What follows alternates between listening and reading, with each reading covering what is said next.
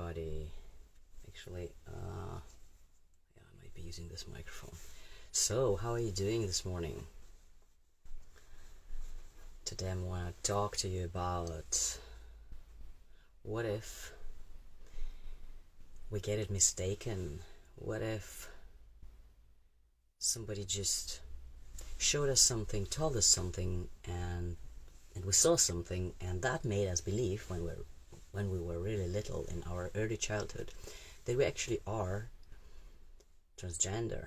Well, as a child we don't think that we're transgender. We would think I'm a different gender than I was born to, or I was born and I was assigned as.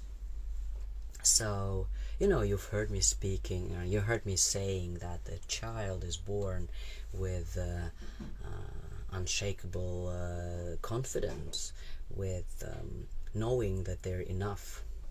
And it's not about knowing what enough is. The child just is enough. And I would like to make a small distinction between a little baby who is born and who has needs, and those needs just have to be met because that's their survival depends on that. Then on the other hand, there are little children of the age of 2, 3, etc., 4. Their needs or their demands are not necessarily linked to their survival. Their demands are just things they want, and they think that they are the middle of the world, right? They think that everything, that the world spins around them, and what they want should always be available to them. What can happen is when they learn that not everything is available to them, and they learn it a hard way, not a soft way. We have to teach our children that they have to share, that they have to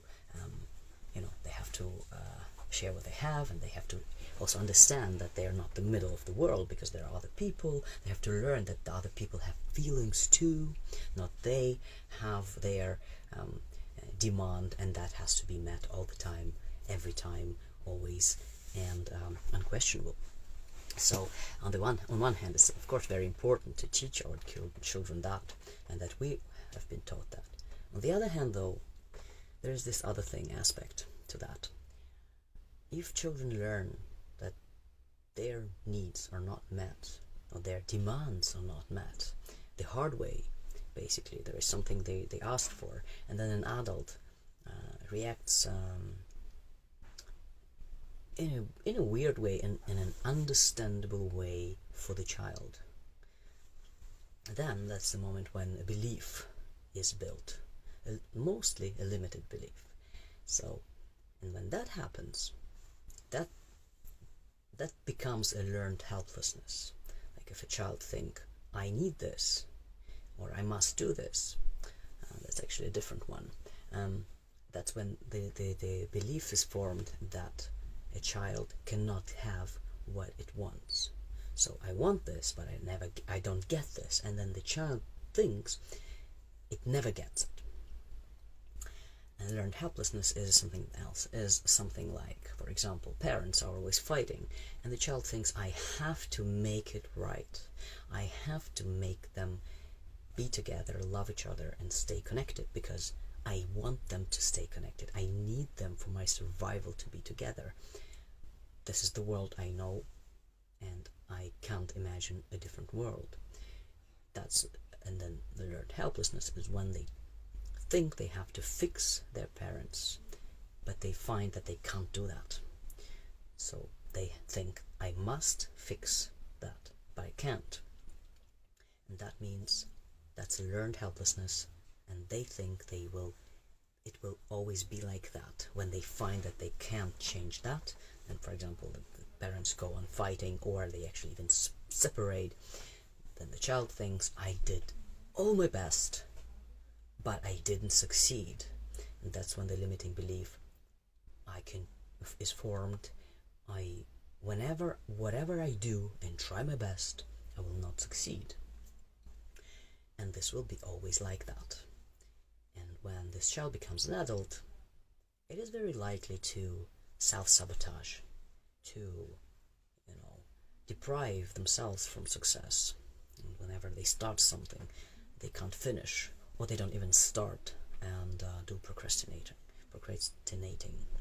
But I wanted to speak to you about, what if a transition is a wrong way to go? How did I come to transition? Well, what if I decided in my childhood for some reason that I'm not, let's say I was born a girl, if I decide at some point in my transition, well, actually, I see there are boys there, and they have it better. They have it like sun, like it's the grass on their side is always greener. Like they don't need to clean. That's something which girls do, and they can fight. Girls can't, and I feel like I would like to fight, and maybe it's better to be a boy, something like that. So a belief could be formed in the childhood that I'm a different identity than that I think I am. And that is a big fear of many people, especially many parents, when they find out about their children, that when the children do their coming out.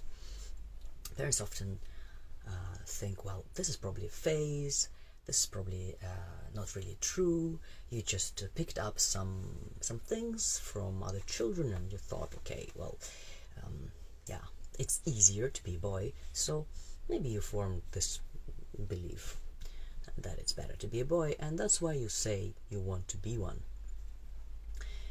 And not only parents fear that or think that, transgender people themselves fear that sometimes. Well, yeah, I do feel like I'm a man in my case, as an FTM man. But what if I'm mistaken? What if it's not true? How do I find out? And for example, in coaching or in behavioral psychotherapy, we look at the behavior and we look at our present right now, and we just ask ourselves questions like, how does it feel if you do this?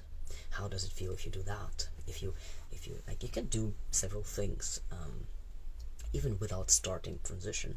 You can start to wear men's underwear, for example, or for transgender women the opposite, so women's underwear. So nobody was gonna notice that, right? Maybe except for your partner, but maybe you don't want to tell your partner. You just wear that underwear for an hour or two when nobody's there, nobody's watching, nobody can find out. And that's how you find out, how does it feel for you? Like, try whatever else, makeup, etc., etc. And then we also look into the future. We imagine, how is it going to be 5 or 10 years from now, when I'm living my full life, my complete life, from starting of the day till the end of the day, as a man, if I think that I was born into the female body, but I'm supposed to be a man. And the other way around, how is it gonna be if I live my whole day from the start to the end as a woman, if I think that I'm a trans woman? I need to look at the clock. Okay, I have 4 more minutes today. And yeah, and then you see what happens. You can write it down and then read it back to yourself, or you can just visualize, make a picture of yourself in your mind, and just imagine what it's gonna be if you are completely, if you did the transition and did all the surgeries, did everything, and have a partner and have a family, maybe, if that's what you want. Then you can take them. And let's say you are an FTM, for example, and you visualize that picture 5 years from now. You have done your transition, everything, socially, on papers, everything, right? And you see how that feels. And then you also visualize what it's going to be if you don't do the transition, if you just stay the way you are. How does that make you feel? And then you hold them against each other. I find with my clients and with myself as well that doesn't work for everybody. It does work often. However, if a person really is doubtful, they will find that those one pictures from the transition pictures from the future and the pictures from not transitioning, the future pictures from not being transitioning, that they kind of not comparable, really. That there are many positive things about the transition, but then there are also many things that they think that they would lose if they transition, that they would otherwise have if they remained the way they are. So that's not helping. Not helping. It's helping in, like, let's say 70%, but there are still those 30% who are still struggling and they can't really compare. They make lists of pros and cons from that side, on that side, but it still doesn't help, even if they think that they're transgender, and they think that if they do that, that's being the true them, right? If that's the case, then we can work about that. We can find out what's the belief lying behind that you see, that you know that you are, the true self of yours is transgender, but you still don't think you're going to be happy if you transition. What is the underlying belief laying there? Because there is one, maybe not just one. And then, right, one more minute. And then there is the other option, the other way, and that is what I learn to do now. That is